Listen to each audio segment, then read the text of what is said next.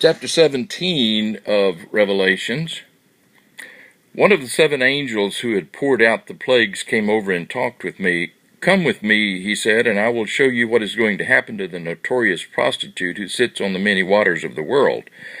The kings of the world have had immoral relations with her, and the people of the earth have been made drunk by the wine of her immorality." So the angel took me in spirit into the wilderness. There I saw a woman sitting on a scarlet animal that had 7 heads and 10 horns, written all over with blasphemies against God.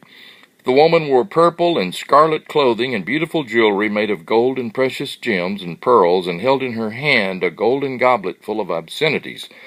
A mysterious caption was written on her forehead: "Babylon the Great, mother of prostitutes and of idol worship everywhere around the world."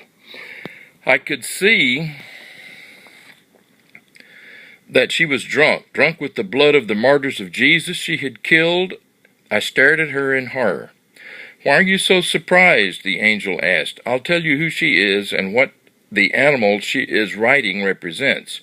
He was alive but isn't now, and yet soon he will come up out of the bottomless pit and go to eternal destruction, and the people of earth, whose names have not been written in the book of life before the world began, will be dumbfounded at his reappearance after being dead.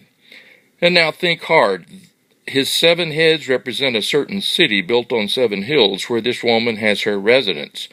They also represent 7 kings. 5 have already fallen, and the 6th now reigns, and the 7th is yet to come, but his reign will be brief.